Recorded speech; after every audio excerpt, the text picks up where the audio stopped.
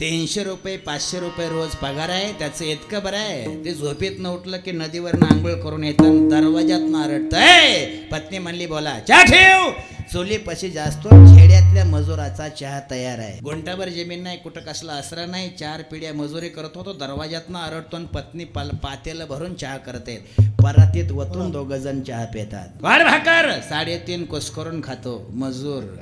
बांध दुपारची 2.5 बांधून नेतो मजूर. ज्याच्यात कामाला गेला का त्या चिचल्या नेऊन अशा भाकरी बांधल्या. सहज लाईटीकडे लाईट नाही म्हणला, लसाईट साप्ता वस्तूर येऊनच म्हणलं. लाईट नाही जाहीर केलं मजुराने. इटकर उशाला घेतले आणि चिचकायला ठेवून 10:30 वाजता दिले. 11:30 वाजता झोपे गेला. 11:45 वाजता मालकाचा मुलगा मोटरसायकल आला आणि मजूर झोपलेला बघून त्यानं हाक मारली. दादा तेव्हा झोपला काय, दम देऊ नको मला लाईट नाही तर उद्या दुसरीकडे भर लावूंडा म्हणला. 2:30 वाजता खेड्यातला मजूर उठला. दुपारी 2.5 भाकरी खाल्ल्या आणि रानात नेलं जेवण खरकटा डबा घरला घेऊन आला. अंगणात आला संध्याकाळी 5 वाजता. अंगणातनं डबा टाकला मजुरानं आणि मोठ्या नारला चहा ठेव. पुन्हा परतभर चहा प्याला आणि हळूच पत्नीला म्हणला वय ग काय पंक्तीचं कोण बोलवा आलं तर काय. पत्नी म्हणली यायला लागलं का, प्रसादाला कुठं बोलत असेल का, दोघं बी जेवायला आली. हेत भोजन केल्यावर अध्यक्षांनी संयोजकांनी सांगितलं इकडे काय भोजन आताच केलं, कीर्तन ऐकावं लागतं. आलोच म्हणलं घरनं. घरी जाऊन अंग टाकलं, 1 मिनिटात झोपी गेलं. अंग टाकल्या झोपी जातो, त्याचं नाव मजूर आहे. आता 4 गोळ्या खाऊन बी उठू बसतो, त्याचं नाव श्रीमंत आहे. जय जय राम कृष्ण हरी जय जय राम. एके दिवशी पांडुरंगाने विचारलं महाराज 2 मिनिटं उभा राहा. म्हणले बोला. नाही असं माझं म्हणणं आहे. कसं आहे की तुम्हाला प्रत्येक जीवाला सुख नेमकं वाटलं कुठं. मग तुकाराम महाराजांचं म्हणणं आहे देवा तुम्ही विचारता म्हणून सांगतो, जीवाला सुख फक्त एकच ठिकाण आहे, त्याचं नाव आहे वैष्णवाची संगती. वैष्णवाच्या संगतीशिवाय इतरत्र जीवाला सुख मिळतच नाही. जर मिळत असलं का त्याची मला कल्पना नाही, मला माहीत नाही. एकच मला माहीत आहे, जीवाला खऱ्या अर्थानं सुख वैष्णवाच्या संगतीशिवाय मिळू शकत नाही. मान्य महाराज, पण त्यांच्याजवळ सुख आहे तुमच्या एवढंच आहे, पण तुम्ही विचारल्यामुळं तुमच्याजवळ म्हणण्यापेक्षा ह्यांच्याजवळ आहे. द्यायला तयार आहेत का. वैष्णव 1 नंबरचे उदार आहे. गेल्या सुख मिळतं, गेल्या प्राप्त होतं. एकच आहे का फुकट आहे, निव्वळ फुकट आहे. महाराज आम्ही त्यांच्यासोबत गेलो, खरं सुख मिळेल पण एक अडचण आहे. तिथं गेल्यावर असं राहा, गा नाचा आणि उड्या मारा आणि 3 गोष्टी घेऊन जा, छंद आनंद आणि आवड. नक्की सुख मिळल्याशिवाय राहणार नाही. आम्ही असं गेल्यावर सुख मिळेल. अजून एक अडचण आहे. अजून काय अडचण आहे, 4 गोष्टी घरी ठेवून जाव्या लागतात, लाज भय शंका आणि मान. हे सोडून दिल्याशिवाय खऱ्या अर्थानं सुखाची प्राप्ती होत नाही. हेही खरं आहे महाराज, पण आम्ही सगळं सोडून दिलं आणि त्यांच्यासोबत राहिलो. सुख मिळेल पण आमचं कसं होईल. तुकाराम महाराज सांगतो तुम्ही तुमची काळजी करू नका, मी देवाला सांगतो ह्यांना बरं सांभाळा. असा 4 चरणाचा भावार्थ सांगतो. प्रत्येक जीवाची माझ्यासहित सर्वांची इच्छा आपण सुखी झालो पाहिजे. मजलागे दुःख व्हावे ऐशे कोणी, मला दुःख व्हावं अशी एकाही जीवाची अपेक्षा नाही. सगळ्यांची धडपड आहे, सगळ्यांची वाटचाल आहे फक्त सुखाच्या दिशेनं. सर्वांची इच्छा आहे आम्हाला फक्त सुखच मिळलं पाहिजे. आम्हाला बाकीची कशाची काही आटापिटा करून एकच हेतू आहे, सुखी झालो पाहिजे. तुकाराम महाराजांचं म्हणणं आहे जिथं तुम्ही सुख हुडकता का तिथं सुख मिळत नाही, आणि जिथं नक्की सुख आहे का तिथं तुम्ही अजून पोचला नाही. मग आमची धावपळ, तुमची नजर तुम्हाला ताणते. 2 मिनिटात सांगतो जर लक्ष देऊन ऐका. आपली नजर फक्त ताणत असते, पुढे गेल्यावर बरं आहे, ह्याच्यापेक्षा काही नाही. आपलं अशी भावना झाली, आज असं मन दृढ झालं आपलं की श्रीमंत जास्त झालं का नक्की सुख मिळतं. नाही, संत सांगतात नाही. तो का म्हणे वंच वाडे वंचपणे. तुम्ही संसारात जेवढं पुढं जाल का तेवढं दुःख जास्त आहे, आणि जेवढं मागं राहाल का तेवढं दुःख कमी आहे. पण तुमची नजर सांगते पळ पुढं बरं आहे, अजून घे, अजून वाढव संपत्ती. जेवढी संपत्ती जास्त असेल का तसा आपला भाव झाला, सुख जास्त असेल. संतांचं म्हणणं आहे जेवढी संपत्ती जास्त तेवढं दुःख जास्त. माझ्या भाषेत सांगतो, खचून पैसे, खचून टेन्शन. पैसाच नाही, टेन्शनच नाही. पण आपली जी अवस्था आहे का फक्त श्रीमंती सुख आहे, हे जोपर्यंत नष्ट होत नाही का तोपर्यंत खऱ्या सुखाच्या ठिकाणी तुम्ही जात नाही. पुढे तर अजून 2 मिनिटात सांगतो. त्यातल्यातलं नाही आपल्यातलं. तुमचं बरं आहे, बसणाऱ्या माणसाला काय टेन्शन आहे का. बसणाऱ्याला बसू वाटेल तोवर बसला, कंटाळा आला तर निघाला. पण तुम्हाला बसून वाजवणाराचं बरं वाटतं, वाजवणाराला म्हणणाराचं बरं वाटतं, तिघाला मिळून व्यासपीठ चालकाचं बरं वाटतं, ह्या चौघाला मिळून प्रवचनकाराचं बरं वाटतं, प्रवचनकाराला कीर्तनकाराचं बरं वाटतं, कीर्तनकाराला मठवाल्याचं बरं वाटतं, आणि मठवाल्याला दिंडीवाल्याचं बरं वाटतं. त्यांना चेक दिवशी विचारा दिंडी 20 वर्ष झालं बरं आहे का हात टेकलं म्हणलं समाजामोर झालं काय किती बी ताजा स्वयंपाक करा रातचाच भात गरम केला म्हणून काल वगैरे ते म्हणला महाराज हे सगळं सोडून देऊन ऐकणाराचं बरं नीट ऐका बरं का मी काय सांगतोय लक्ष देऊन ऐका तुम्ही जेवढं पुढच्याचं बरं समजून पळाल का संसारामध्ये तेवढं दुःख जास्त आहे आणि जेवढं महाग राहाल का तेवढं दुःख कमी नाही मी पुन्हा एकदा हात जोडतो भाव फक्त आपला झाला की पुढं गेल्यावर सुख नक्की मिळेल नाही बाबा जेवढं सुख पुढं गेल्यावर तुम्ही सुखाची अपेक्षा करता का सुख मिळत नाही दुःखच मिळतं ह्याचं कारण दुःख बांधवडी आहे हा संसार सुखाचा विचार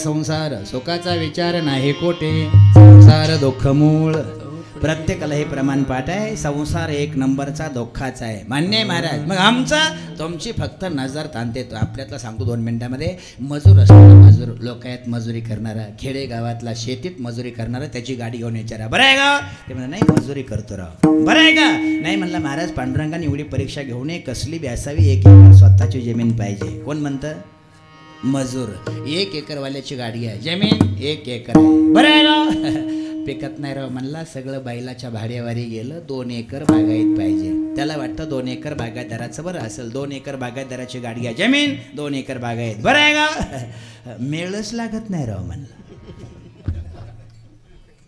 नाही जमीन बरे आहे 10 एकर बागायत पाहिजे 10 एकरवाल्याची गाडी आहे जमीन 10 एकर बरं आहे ना मजुरावारी चाललं राव म्हणला जमीन बरी आहे 50 एकर पाहिजे मला वेळ नाही त्यांचं म्हणणं 500 एकर पाहिजे 500 एकरची गाडी आहे खेडेगावात मोठा वाडा असतो ढाळजत म्हातारा बसला एकट्याच्या नावावर 500 एकर आहे पेतळाचा खलबत्ता असं येईल त्याला चहापान येईल त्याला चहापान असं मेजवानी बार आनंदाला पारावर नाही 500 एकर जमीन एकट्याच्या नावावर आहे त्यांची गाडी घेऊन विचारा दादा बरं आहे का नाही म्हणलं महाराज आपल्या मर्जीनं काही चालत नाही मग मजुराच्या मर्जीनं वागावं लागतं गेल्याच आठवड्यात पेरणी झाली म्हणला ते 500 एकरात पेरायला 10-5 बैला जोड्या 2-4 ट्रॅक्टर आहेत कमी कशाला नाही पण मी सहज 2-4 म्हणलं कुठून आली पेरणी त्यांच्यासाठी वरचं 5 एकर राहिलं खालचं 7 एकर राहिलं असं करा कसं करा वर गहू पेला आणि खाली हरभरे पेरा माझा चहा पेली माझा पान खाल्लं त्याने मला दम देऊन सांगितलं वर गहू येत नाही खाली हरभरे येत नाही अरे माझी जमीन आहे नसतं येत म्हणलं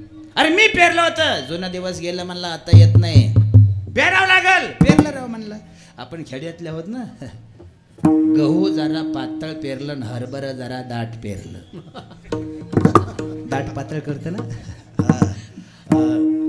गव्हाची 9 पाणी हुकवीन हरभऱ्याला 11 पाणी आगाव दिली दोन्ही खळी एकदिशी केली आणि 1.5 पायली माल आणून टाकला आणि त्या मालकाने विचारलं खळी दोन्ही बी झाली माल एवढाच आहे झालं कसं सांगत होतं म्हणलं वर गहू येत नाही खाली हरभरे येत नाही 500 एकरवाला हात जोडतं मजुराला तुझ्या मर्जीनं कर पिकल तेवढं आणून टाक 500 एकरवाल्याचं म्हणणं आहे 2000 पगारदाराचं बरं आहे 2000 पगारदाराची गाडी आहे जेहरी साहेब जेहरी पगार 2000 आहे बरं आहे का अक्षदा पडस्तोर बरं आहे म्हणलं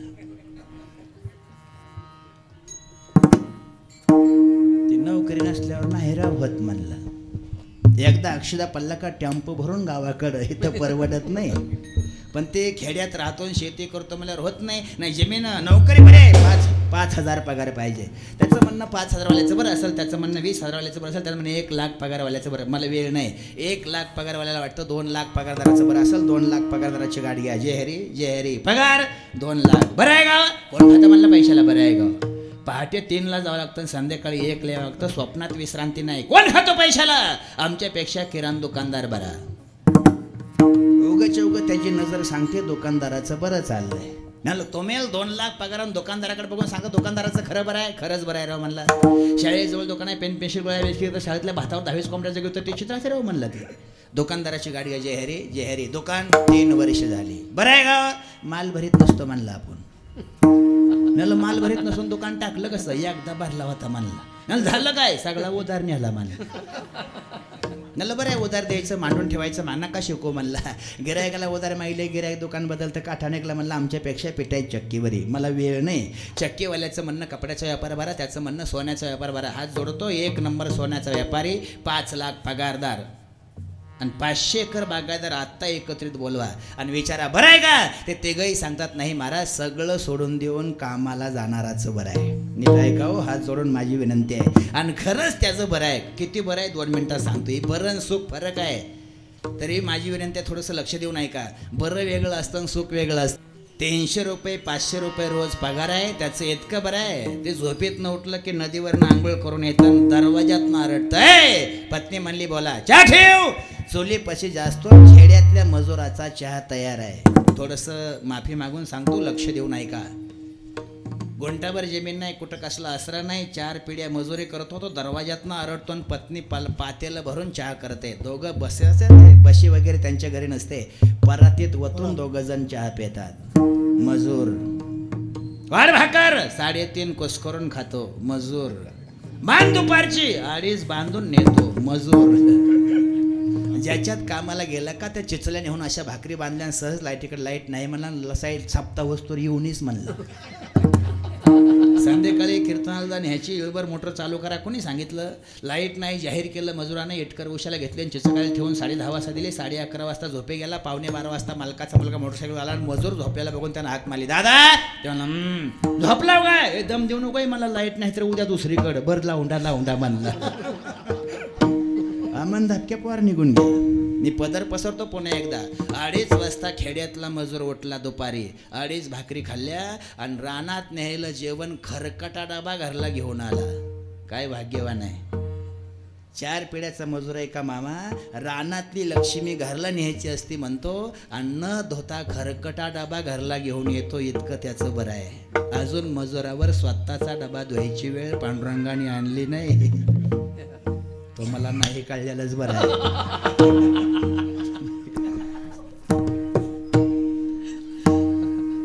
काय भाग्यवान आहे मजूर. अंगणात आला संध्याकाळी 5 वाजता. अंगणातनं डबा टाकला मजुरानं. ते जायला तसं नाही टेन्शन नाही मजुराला. डब्याचा गेला डबा पिशवीचा गेला पिशवींच्या आपल्याला हे अंगणातनं फेकला असा आणि मोठ्या नारला चहा ठेव. पुन्हा परातभर चहा प्याला आणि हळूच पत्नीला म्हणला होय ग काय पंक्तीचं कोण बोलवा आलं तर काय. पत्नी म्हणली यायला लागलं का प्रसादाला कुठं बोलवीत असेल का. दोघं बी जेवायला आली. इथं भोजन केल्यावर अध्यक्षांनी संयोजकांनी सांगितलं इकडे काय भोजन आताच केलं. कीर्तन ऐकावं लागतं. आलोच म्हणलं घरनं. घरी जाऊन अंग टाकलं 1 मिनिटात झोपे गेलं. कोपऱ्यापासून हात जोडतो मजुरा सांगतोय मी. अंग टाकल्या झोपी जातो त्याचं नाव मजूर आहे. आता 4 गोळ्या खाऊन बी उठू बसतो त्याचं नाव श्रीमंत आहे. कसे फुल पडली प्रत्येक जीवाला की पुढे जाऊन सुख मिळवण्याची. संत सांगतात तुम्ही कितीही पुढे जा संसारामध्ये सुख मिळवू शकत नाही. जेवढं पुढे जाल का तेवढा संसार दुःखानं भरलेला आहे. मान्य महाराज. मग सुख मिळतं कुठं. सुख वसायचे ठाई.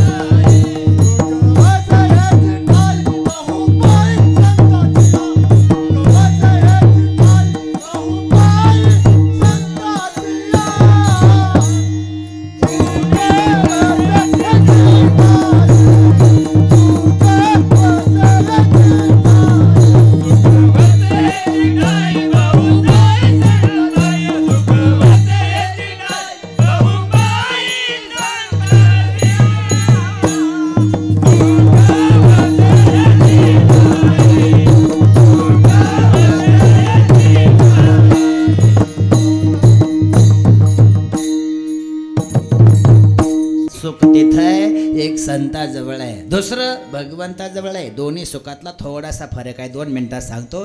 जीवाला देवाजवळचं सुख घ्यायला जड आहे आणि संताजवळचं सुख मिळवायला सोपं आहे. कारण देवाचा स्वभाव आहे घेतल्याशिवाय देत नाही आणि आपला स्वभाव आहे न घेता मिळलं पाहिजे. रुपये मोडला नाही पाहिजे, सप्ताह ठणठणीत झाला पाहिजे, पंक्ती खचून झाल्या पाहिजे, घरी चूल पेटली नाही पाहिजे. आपला हेतू. देवाला स्वभाव आहे घेतल्याशिवाय देत नाही. देव संत काही न घेता दिल्याशिवाय राहत नाही. जीवाला सुखाच्या प्राप्तीचं एकमेव ठिकाण फक्त संत आहे. नाही पण तर अजून 2 मिनिटात सांगतो. त्यांच्याजवळ आहे तेवढंच त्यांच्याजवळ, असं त्यांचंच वर्ण आहे. ज्ञानेश्वर महाराजांचा पहिलाच अभंग आहे. सर्व सुखाचे आगर बाप रखुमा देवीवर, मुबलक सुख आहे त्यांचं आगार आहे. पण त्यांचा स्वभाव आहे घेतल्याशिवाय देत नाही आणि देवानं विचारल्यामुळं तुमच्याजवळ आहे म्हणण्यापेक्षा ह्यांच्याजवळ आहे, असा सरळ सरळ अर्थ आहे. मान्य आहे, पण एकत आहे का फुकट आहे? निव्वळ फुकट आहे. 2 मिनिटात सांगतो. कलियुगाचा एक गुणधर्म आहे, ज्याला किंमत नाही का त्याला किंमतच नाही, आणि ज्याला किंमत आहे का त्याला किंमत आहे. ज्याला जास्त किंमत आहे त्याचा प्रत्येकाला हव्यास आहे, आणि ज्याला किंमत नाही का त्याच्याकडे सर्वांचं दुर्लक्ष आहे. किंमत वाढली की हव्यास वाढला आणि किंमत कमी झाली की हव्यास कमी झाला. मी असं सांगतो, कीर्तन सुटल्यावर माझी गाडी घ्या, प्रत्येकाला 1-1 तुळशीची माळ सप्रेम भेट. ओरिजिनल माळा माझ्याकडे आहे, फुकट, 1 रुपया घेणार नाही. कोणी माझ्याकडे येईल का? आणि एखादा आला तर दुसरा डोचेल, कुणीकडं? ते मला माळा, त्याला म्हणलं घरला माळा 10 रुपयाला कोणी खायना. मी जर असं पुकारलं आहे का, कीर्तन सुटल्यावर माझी गाडी घ्या, प्रत्येकाला 1-1 तोळा सोनं फुकट. ह्यांची भांडणं लागतील, नंबरला उभा राहायचं कोणी, लेकरं आणाय जायचं कोणी. लेकराचं का सोडून आलं? मी पुन्हा एकदा पदर पसरतो. माळत काय पावर आहे अजून कळलं नाही, आणि सोन्यात काय हाने अजून कळलं नाही. पण सोन्याची किंमत जास्त आहे म्हणून हव्यास आहे, आणि माळाची किंमत कमी आहे म्हणून तिरस्कार आहे. तुमच्यात तूप कसं किलो आहे? तूप 400 रुपये. मीठ कसं किलो आहे? 20 रुपये. बरोबर आहे. जरा श्रीमंताचं 30 रुपये किलो, 7व्या मजल्यावर राहते 35 रुपये किलो. ह्याच्यापेक्षा मीठ महाग नाही ना. तूप 500 रुपये किलो आहे. बरोबर आहे. असं तुम्ही तुमच्या जीवनात माणूस पाहिला का? श्रीमंताची पंगत बसली, तुपाच्या वाटीतला एकच घास खाल्ला आणि तुपात हात धुवून गेला. तुप गप्पा म्हणला ती मोठ्या घरचा आहे. तुपात हात धुतला आणि गेला. पाहिला तुम्ही? नाही. तुपाची वाटी पुसून खातो. बोल सांगू तात्या थोडंसं चौपट राहिलं, बघू ना चतकोर चपाती, आणि अशी वाटीतनं भेंगिवली, धुतल्यावनी वाटी केली. 500 रुपये किलो असल्यामुळं. पदर पसरतो नीट ऐका. त्याच्याच बाजूला मीठ होतं, त्या पट्ट्यानं चोपट हाताला चोळलं मीठ आणि मिठात हात धुवून गेला 10 रुपये किलो असल्यामुळं. कळतं नाही तरी? जेवढं स्वयंपाकात तुपाला प्राधान्य आहे तेवढं मिठाला प्राधान्य आहे. चवीने दे अन्न ज्यात नसता लवण, ज्यात मीठ नाही का ते अन्न चव देत नाही. एवढी पावर मिठाला आहे, पण किंमत कमी असल्यामुळं मिठाची हाल आहे. नाही कळत तर अजून जवळ सांगतो. किंमत कमी असली का त्याला किंमतच कमी असते, आणि किंमत जास्त असली का त्याला किंमत जास्त असते. पटते ना? आमच्या इकडे गेल्या 5-6 महिन्यात कुर्डवाडीला टोमॅटो 100 रुपये किलो होते. 7-8 महिने झाले असते. आणि ते आमच्या घरच्यांनी सांगितलं टोमॅटो घेऊन या. मी आलो बरं. पांढरी पिशवी दुमती करून खिशात घातली, सहज मंडईला गेलो. ते टोमॅटोचं कॅरेट घेऊन बसलं होतं. त्याला सहज म्हणलं जे हरी, त्याच्या कपाळाला गंध बघून ते म्हणलं जे हरी, मेवली सुटून देत नाही रे, काय पाहिजे? मी काय नाही हो, टोमॅटो 100 रुपये किलो आहे. मी म्हणलं बरं किती देऊ? नाही आमची आणायची म्हणून विचारलं, मला घ्यायची नाही. कारण आपली कुवत नाही ना 100 रुपये किलोचे टोमॅटो घ्यायला. नाही कुवत नाही. मी आपली पेशवी खिशातनं काढली नाही. मी महागारी फिरूस तर आमच्यातले एक गरीबाचं आलं, 200 रुपये मजुरीने जाणार गरीबाचं, आणि त्याने मला बसलं जे हरी. मी जे हरी कुठे गेलं? मला मला कुठं नाही हो, काय घ्यायचं काय? म्हणून नाही बाबा. मग इकडं कुणीकडं? म्हणून इकडून आलोय असं. तो टोमॅटो घेतो म्हणला, आणि त्यानंतर विचारलं टोमॅटो 100 रुपये किलो द्या म्हणला, 2 किलो. म्हणलं येड्या तुला 200 रुपये पगार आहे, आणि तू 2 गरिबांना खायचं सोडायचं काय म्हणला? माझ्यात एकच 2 किलो घेतले. 30 टोमॅटो गेल्या आठवड्यात आमच्यात 2 रुपये किलो आहे. आता गेल्या 15 दिवसात मी सहज मंडईला गेलो, टोमॅटो 2 रुपये किलो. मी द्या 50 किलो. कारण गरिबाचा गुणधर्म असतो, जी स्वस्त वस्तू आहे का ती घर भरून आणायची, त्या वस्तूची किंमत वाढायला आणि त्या वस्तूला घर कटाळायला गाठ पडली पाहिजे. 50 किलो टोमॅटो, डिवळी टोमॅटो, फरसाळी टोमॅटो, खाटाखाली टोमॅटो, किचन कट्ट्यावर टोमॅटो, 3 मजली असतं का टोमॅटो ठेवायचं, 3 मजली टोमॅटोच. 50 किलो घेऊन महाग सरायला त्या दिवसाच आलं म्हणजे जेहारी वाळू ते मला जेहारी टोमॅटो 2 रुपयानं कुत्र खाईना म्हणलं, टोमॅटो मोहरं निघून गेलं. पदर पसरतो नीट ऐका, टोमॅटोत बदल नाही, टोमॅटोची किंमत वाढली का गरीबी 2 किलो घेतल्याशिवाय राहत नाही, आणि त्या टोमॅटोची किंमत कमी झाली का गरीब डोंकून सुद्धा पाहत नाही, बदल टोमॅटोत नाही, मग टोमॅटोच्या किमतीत आहे. पुणे एकदा हा जोडतो, लक्ष द्या. हेतलं सुख सरसगट सगळ्याला फुकट आहे, पण फुकट असल्यामुळं गर्दी कमी आहे आणि एकत असल्यामुळं हव्या जास्त आहे. ज्याला ज्याला हिथं येता येईल का त्याला त्याला सुख घेता येतं. संतांचं म्हणणं आहे, तुम्ही फक्त हजर होणं गरजेचं आहे, मान्य आहे महाराज, त्यांच्याजवळ आहे मान्य आहे, फुकट आहे मान्य आहे, द्यायला तयार आहेत मान्य आहे, पण ते नेमकं आहे कुठं? अभंगाचं पहिलं चरण आहे. वैष्णवा संगती सुख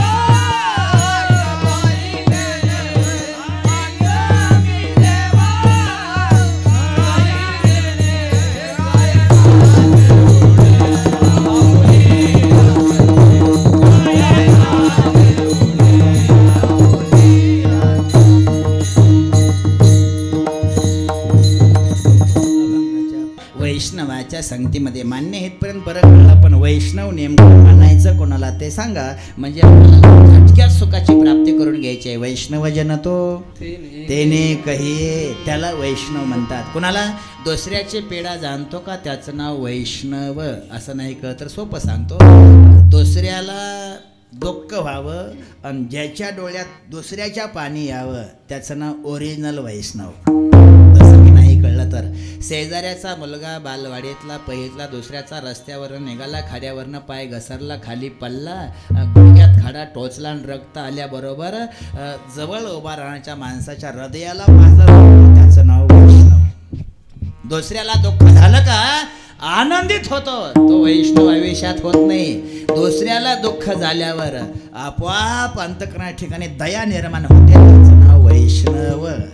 त्याच्यासोबत गेलं का खऱ्या अर्थानं तुम्ही सुखी झाल्याशिवाय राहत नाही. वैष्णवा संगती सुख वाटे जीवा, देवा मला दुसरं साधन माहीत नाही, आणि कमी देवा काही नाही, दुसरं मला माहीत नाही, एकच सुखाचं ठिकाण फक्त संत नाम वैष्णव. मान्य आहे, पण त्यांच्यासोबत गेल्यावर सुख मिळेल पण एक अडचण आहे. काय अडचण आहे? तिथं गेल्यावर असं जर स्तब्ध उभा राहिला का तर सुखाची प्राप्ती होत नाही. तिथे गेल्यावर काय करावं लागतं? त्यांच्यासोबत तसं राहिल्याशिवाय सुखाची प्राप्ती होत नाही. 3 गोष्टी घेऊन जाव्या लागतात, छंद, आनंद आणि आवड. ह्यातली एक कमी असेल का तर सुखाची प्राप्ती होत नाही, आणि तिन्ही एकत्रित राहत नाही. ज्याला आनंद आहे त्याला छंद नाही, छंद आहे त्याला आनंद नाही, दोन्ही आहे त्याला आवड नाही, आवड आहे छंद नाही, छंद आहे आवड नाही, दोन्ही भी आहे आनंदच नाही. आणि ते 24 घंटे जरी त्यांच्यासोबत राहिलं का सुखाची प्राप्ती होत नाही. देवाची लीला विचित्र आहे. हे सगळ्याला सगळं परिपूर्ण भगवंताने दिलं नाही. ज्याला छंद आहे त्याला आनंद नसतो, आणि आनंद आहे त्याला आवड नसते. हे आनंद, हे समाधान, सुख हे जुने शब्द आहेत.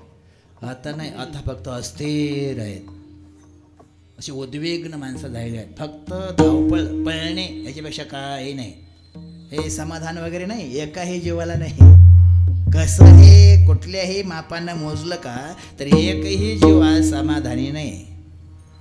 विचार समाधानाला ते तसं पाहिजे ना, विचार असा मुबलक चांगला पाहिजे, त्याशिवाय समाधान मिळत नाही असं तुकाराम महाराजांचं म्हणणं आहे. विचारा वाचून न पाहिजे समाधान, विचार केल्याशिवाय समाधान मिळत नाही. आणि दुसरं प्रेमाशिवाय समाधान मिळत नाही. एकनाथ महाराजांचं म्हणणं आहे, भक्ती प्रेमावेन ज्ञान नको देव अभिमान नित्य नवा तया माझे प्रेम सुख देई प्रेम सुख देई प्रेमाविन नाही समाधान.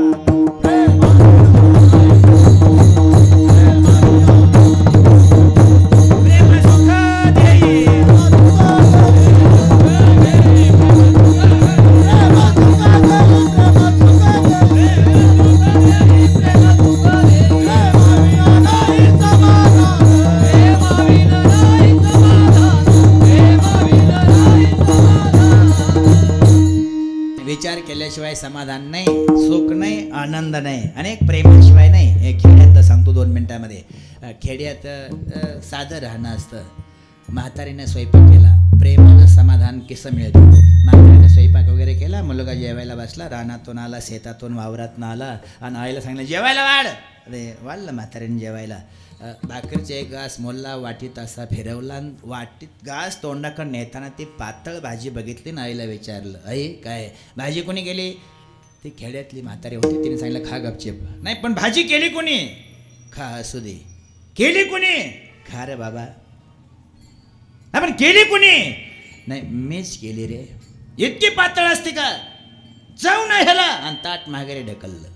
भाजी पातळ वाटली म्हणून 8 दिवसानं पत्नीनं भाजी केली, पण त्या दिवशीपेक्षा जास्त पातळ केली. तसंच जेवण आईनं वाढलं आणि एक घास बुडवला आणि पातळ भाजी बघून आईला विचारलं आई काय भाजी कोणी केली. काय गपचिप. पण केली कोणी. असू दे आजच्या दिवस. पण भाजी केली कोणी. खा गुणानं. अगं पण केली कोणी. तुझ्याच मालकीन.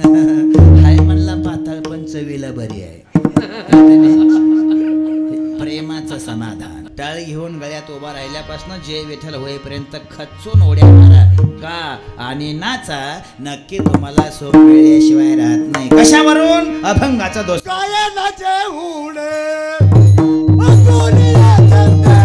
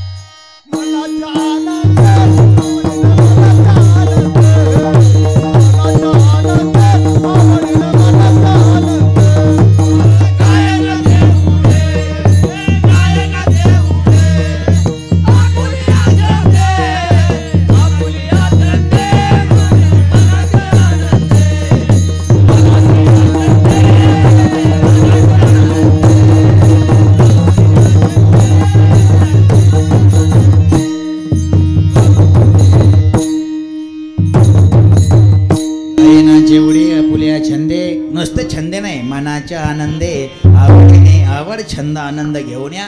गा नाचा उड्या टाळ्या वाजून म्हणा. नक्की तुम्ही सुखी झाल्याशिवाय राहणार नाही. ह्याच्या पलीकडे आम्हाला सुखाचं ठिकाण माहीत नाही. वैष्णवा संगती सुख वाटे जेव्हा आणि कमी देवा काही नेने. गायनाची उड्या पुल्या छंदे मनाच्या आनंदे आवडीने विठोबा रखुमा.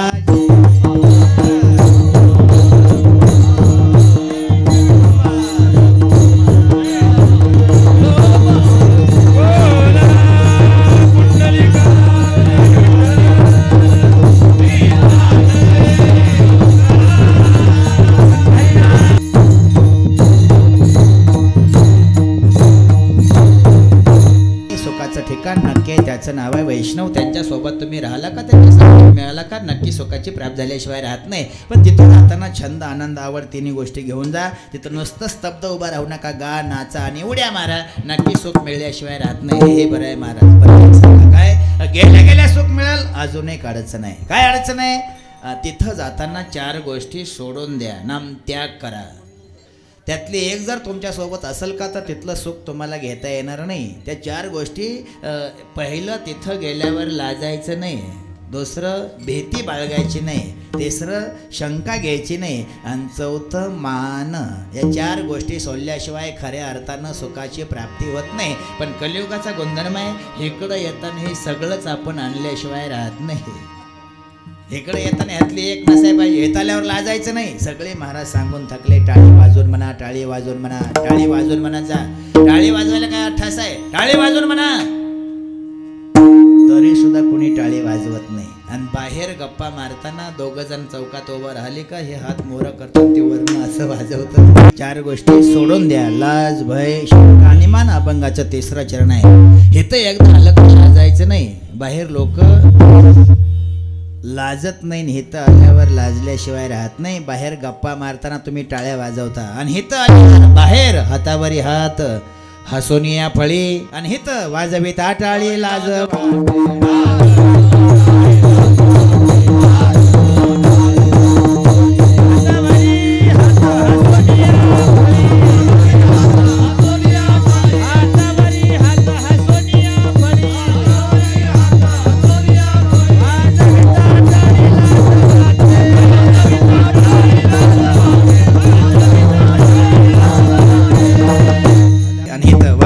टाळी लाज वाटे. इथं आल्यावर लाजायचं नाही. दुसरं भयनाम भीती. सर्वात जास्त भीती आहे, त्याचं नाव आहे मरण. आपल्याला वेळ नाही इतका. सगळ्यात मोठी भीती आहे, त्याचं नाव मरण. तुकाराम महाराज सांगा, आम्ही मरणालाही भेट नाही. तुका म्हणे, काळा अन्ना तोंडावरी किंवा जगात खाय आम्ही माथा. जगाला काळ खातो, पण त्याच्या माथ्यावर आमचा पाय आहे. एवढी पाय आहे, आम्ही काळालाही भेट नाही, भ्यायचं नाही. लाज, भय. तिसरं शंका, संशयामुनी थोर, अनेक नशेबा भोर, विनाशाशी वागुर प्राणी असे. संशय तयार झाला की विश्वास संपतो, आणि विश्वास चालू झाला की संशय नष्ट होतो. संशय नाम शंका आले का परमार्थ रुजू होत नाही. इथं आल्यावर शंका घ्यायची नाही. चौथं मान. इथं मान घ्यायचा नाही, असं त्यांचं म्हणणं आहे. जुनं आहे. मान, जिथं मानाची जागा आहे का, तिथं मान मागत नाही, आणि जिथं जागा नाही तिथं मान मागितल्याशिवाय राहत नाही. मी रात्री कार्यक्रमाला गेलो, चांगला गायक खाली बसला. चांगला गायक, चांगल्या ओळखीचा म्हणलं, खाली बसला, बस म्हणला. याला झालं काय? काय नाही बाबा. टाळ घ्या, उभा राहत नसतो. याला कोण काय म्हणलं काय? नाही बाबा म्हणलं. मी अडचण काय? महाराज म्हणला, काय म्हणायसाठी येतो का? नाही, म्हणत बी नसतो म्हणला. आणि म्हणण्यापाशी काय म्हणलं, पण ह्यांचं काम आहे का नुसतं मन तरी म्हणायचं म्हणलं. नाही जरी नुसतं मन म्हणलं का ती उद्या उभा राहत नाही. तुम्हाला एक सोपं सांगतो, कोणाला म्हणूच द्यायचं नाही, पण मन म्हणायला इसरायचं नाही. कोणालाच म्हणून द्यायचं नाही, पण म्हणा तुम्ही, ती गडबडीत म्हणायचं, लगेच आपण म्हणायचं. पण नाही म्हणलं का ते उद्या उभा राहत नाही. मान, मी हात जोडतो. ती मानाई जागा तिथं आहे. तिकडं तुमच्याकडे कसं आहे मला माहित नाही, आमच्याकडलं सांगतो, खेड्यातलं मानाई जागा तिकडं असते, कळते नाही. कुठं? खेडेगाव नाही राव, सासरवाडी. सासरवाडी मेन मानाई जागा आहे. पण तिथं जातं गडबडीत बिन चहाचं महागारी येतं नाही, ती त्याला चहा पिऊ देत नाही.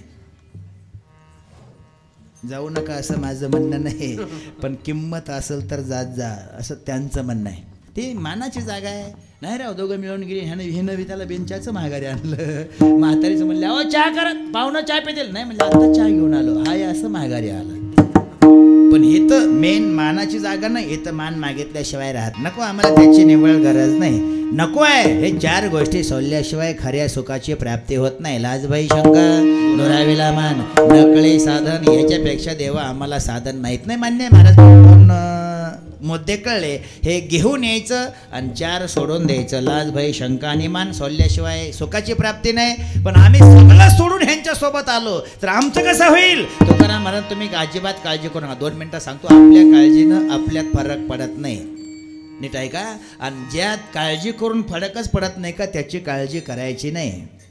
काळजीनं जर फरक पडत असता का तर काळजी केलेलं साहजिक आहे, पण काळजीनं फरकच पडत नाही त्या गोष्टीची काळजी करायची नाही. जन्माची काळजी करायची नाही, जन्म आपल्या हातात नाही. आणि मरणाचीही काळजी करायची नाही, मरणही आपल्या हातात नाही. श्रीमंत व्हायची काळजी करायची नाही, श्रीमंत होणं आपल्या हातात नाही.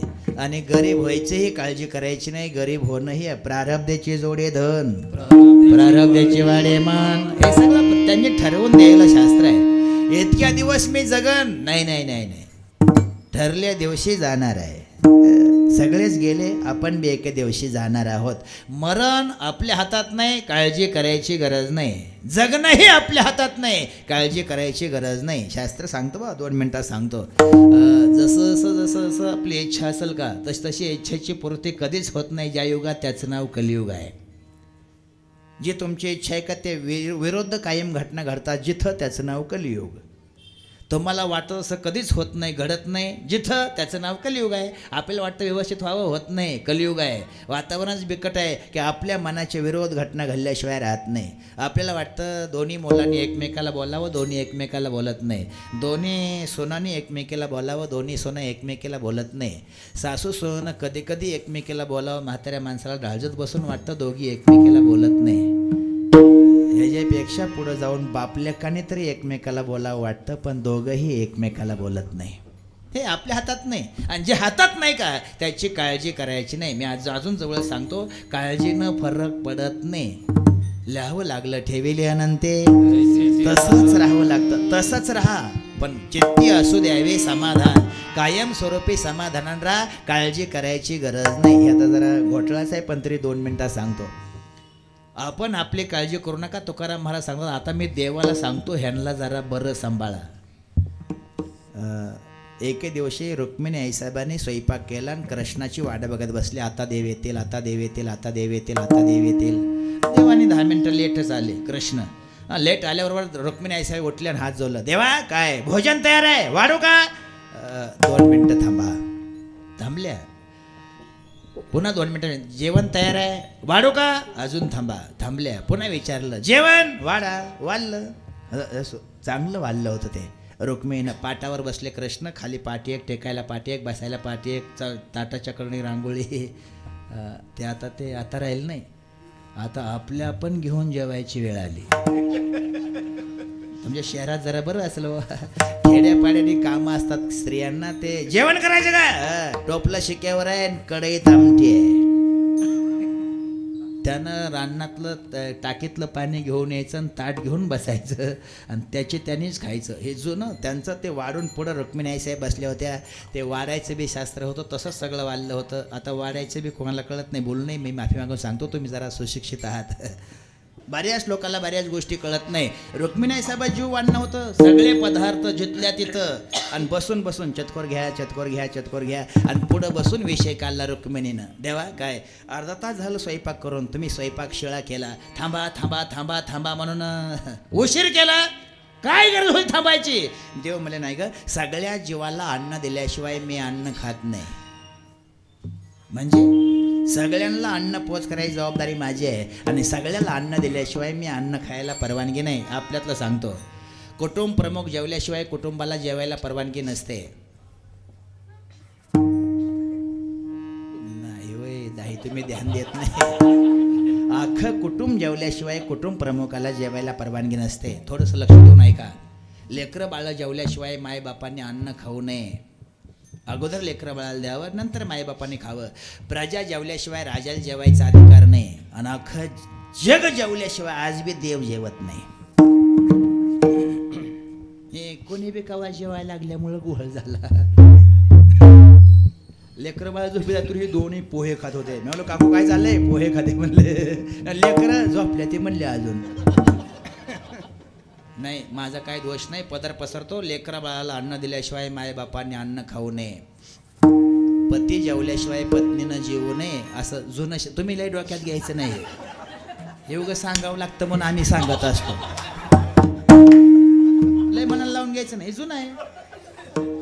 लेकरं बाळाशिवाय माय बापाला जेवायला परवानगी नाही, पती जेवल्याशिवाय पत्नीला जेवायला परवानगी नाही, जग जेवल्याशिवाय देव जेवत नाही. रुक्मिण हसल्या. असं असतं कुठं? तसंच आहे. अख्ख्या जगाचं भरण पोषण करतो म्हणून विश्वंभर नाव आहे त्याचं.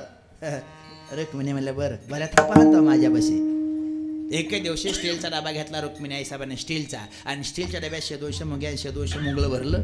असं वरनं पापोडा लावला. पापोडा कळतं ना, असं ते खेड्यात वगैरे येतो बघा, ते भाकरीला येतो. त्यावेळेस डब्यातली भाजी सांडू नये म्हणून पापुड्याचा वापर होत होता. आताही होत होता गेल्या 25 वर्षात खेड्यापाड्याने. आता कॅरी बॅग वापरता का तुम्ही?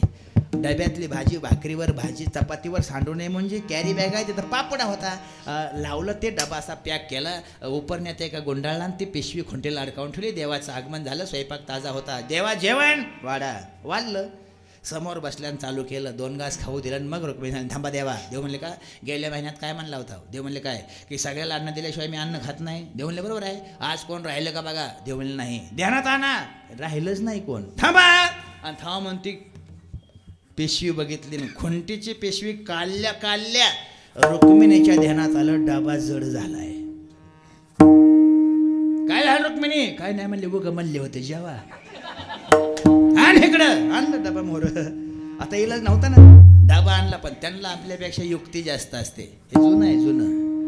त्यांनी रुक्मिणीनं डबा स्टीलचा डाव्या हातावर ठेवला आणि उजवा हात वरनं टाकला आणि उजव्या अंगठ्यानं आपल्याकडून डब्याचं टोपण उघडलं. थोडं टोपण उघडल्यावर कळलं साखरण डबा गच भरलाय आणि मुंगळं जगून झोपे गेले. तसंच टोपण दाबलं आणि फरशीवर ठेवला आणि जी महाग ढकलला, उतरंडीला डबा गेला महाग. देव म्हणले काय झालं? रुक्मिणी म्हणले काय नाही, उगं म्हणते ते जेवा करा चालू. देव सांगतात रुक्मिणी दगडातली जीव घालतो, पदर पसरतो, लक्ष द्या. दगडातली जीव घालतो, डब्यातलं जीव घालायचं काय अवघड आहे? हत्ती एवढा दगड असतो माळावर, रुक्मिणी हत्ती एवढा, आणि त्या हत्ती एवढ्या दगडाच्या पोटात एक बेंडकुळी असते, त्याला श्वास घ्यायला जागा नसते रुक्मिणी. पण भरण पोषणाची जबाबदारी माझ्यावर असते, तिला बी सांभाळायची जबाबदारी माझी आहे. मग दगडातली जीव घालतो, डब्यातलं कुठे घेऊन बसली. अख्ख्या जगाचं भरण पोषण करतो. पण तुकाराम महाराजांचं म्हणणं आहे सगळ्याला सांभाळताना पण एकदा इकडं आलं का जरा सायासानं सांभाळा. सायास म्हणजे 28. कळतं नाही तरी नाही कळतं तर 2 मिनिटात सांगतो. वारकरी जीव घालणं वेगळं आणि जावाई जीव घालणं वेगळं. थोडा फरक आहे. वारकऱ्याला हयासं जीव घालता आणि जावयाला सायासानं जीव घालता. हे तर पटते ना. मी एक जणाच्या घरी जेवाय गेलो, सांगूनही असलं पण माफी मागून सांगतो. संध्याकाळी 11 वाजता कार्यक्रम संपल्यावर त्याला नाईला जाऊन न्यावं लागलं.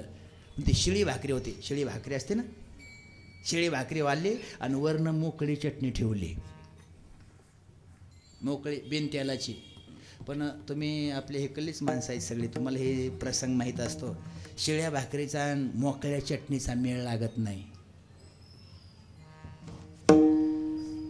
मी भाकरीवर चटणी घेतली आणि तोंडात घास घालताना भाकरीनं चटणी सोडून दिली. मोकळी चटणी नाही मेळ लागत शिळ्या भाकरीचा. त्याला गरम भाकर लागते. ताजी भाकर असली मोकळ्या चटणी कन नेली चिटकावीस तो तरी रिकामी येत नाही, चटणी घेऊनच येते. पण शिळ्या भाकरीचा मेळ लागत नाही. मी काकूला म्हणलं तेल द्या. म्हणजे आमच्यात काय तेल नाही काय, पण तुमच्या आवाजाला हे काय घोटाळा होईल म्हणून तेल दिलं नाही. तिनं तेल दिलं, मी झटक्यात पाणी ओतलं. पाणी ओतून एक घास खायला आणि त्यांचा थोरला जावाई यायला. ते गायक होता चांगलं, पण त्याच्या गाडीचा घोटाळा झाला, चेन तुटली गाडीची आणि ते कीर्तन संपल्यावर आलं आणि त्यानं मला बघितलं. मला तुम्ही कसं काय? मला कार्यक्रमाला. आणि हे तर कसं काय? जेवायला. आणि तो सासरवाडी आहे म्हणला आपली. भागलं मग ही वारकऱ्याची पंगत आहे. आलं ते हात धो. चेन तुटली म्हणला, हात गांजा आहे, धुला हात त्यानं. बस मला वारकऱ्याची पंगत आहे. बसलं माझ्याजवळ. ते गायक होतं, चांगल्या ओळखीचं परिचय यायचं. नलकर चालू. त्यानं भाकरीला हात लावायला आणि सासऱ्यानं बघायला. म्हणला महाराज म्हणलं काय? पाहुणं पुन्हा जाऊ. त्याला म्हणला तुम्हाला गडबड आहे. म्हणलं मला गडबड आहे? तुम्हाला कोण म्हणलं? मला कशाची गडबड आहे? नो तुम्हाला लांब जायचंय. पाहुणं पुन्हा. मला पांडू पुन्हा जेवतो का आता? ते म्हणलं हां मोड. त्यानं चालू करतो. सासूबाई आल्या. महाराज पाहुणं पुन्हा जाऊ. त्याला तुम्ही जेवा. मी जेवलो आणि पाहुण्याला पुन्हा दिलं. हात जोडतो. मला हायासं जेव घातलं आणि जावयाला सायासानं जेव घातलं. पदर पसरतो. लक्ष द्या. एकदा ह्या मंडपात आलं का देव सायासानं सांभाळतो. जगाला बी सांभाळतोच त्यात नवल नाही, अख्ख्या जगाला सांभाळतोच, पण एकदा इकडं आल्यावर 8 सांभाळा. अभंगाचा शेवट चरण आहे. तुका म्हणे आता आपुल्या सायाचे. तुका म्हणे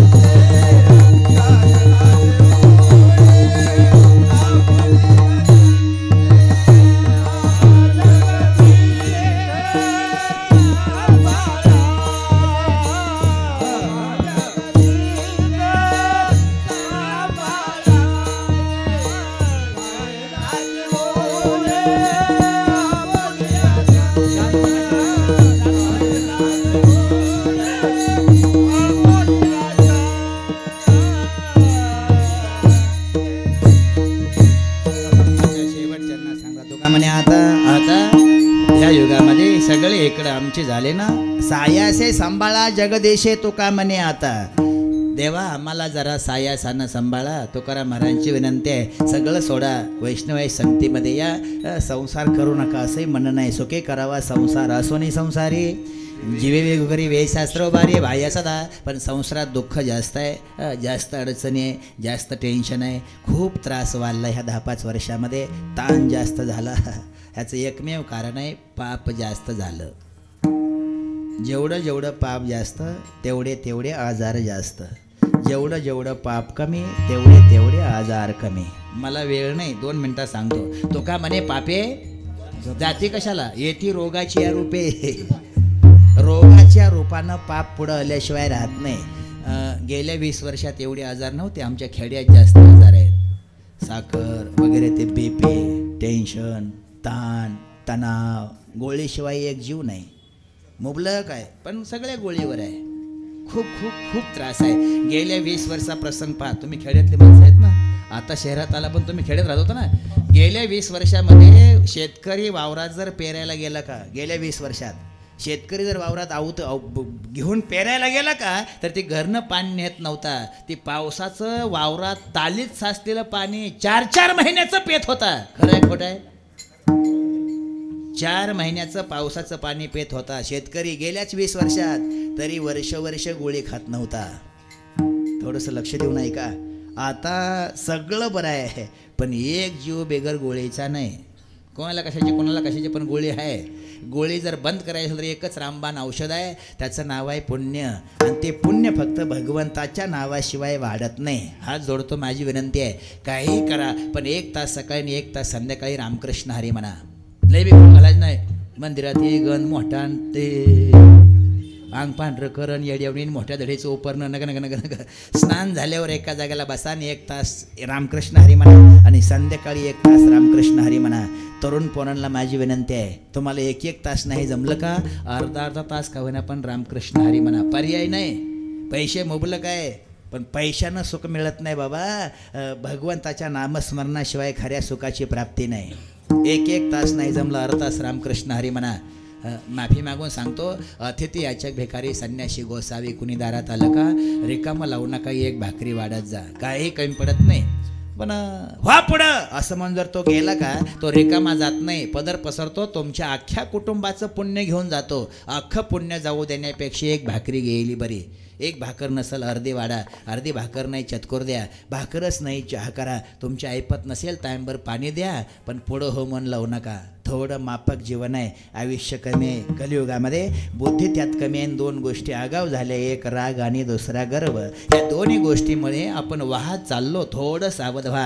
2 गोष्टीवर विजय मिळवा, एक राग आणि दुसरा गर्व. 2 गोष्टी जिंकायच्या असेल तर भगवंताच्या नामाची अत्यंत गरज आहे. नामस्मरण करा आणि तुम्ही तुमचा उद्धार करून घ्या. हे आयुष्य पुन्हा नाही, पुन्हा नरदेह नाही, पुन्हा भजन नाही आणि पुन्हा पुण्य करता येत नाही. एवढ्याच आयुष्यात थोडंसं देव आपलासा करण्यासाठी नामाची गरज आहे. नामस्मरण करा आणि तुम्ही तुमचा उद्धार करून घ्या. बोलता बोलता काही चुकलं असेल, कमी झाला असेल, अपशब्द झाला असतील, आगाव झाला असेल, मागं पुढं झाला असेल, काही चुकलं बी असेल तर सर्व माझ्या बुद्धीचे दोष आहेत. बरोबर आहे तेवढी सद्गुरूंची कृपा आहे. टाळकरी, मृदंगाचार्य, श्रोते मंडळी सर्वांनी व्यवस्थित साथ दिल्याबद्दल मी तुमचा शतशः ऋणी आहे.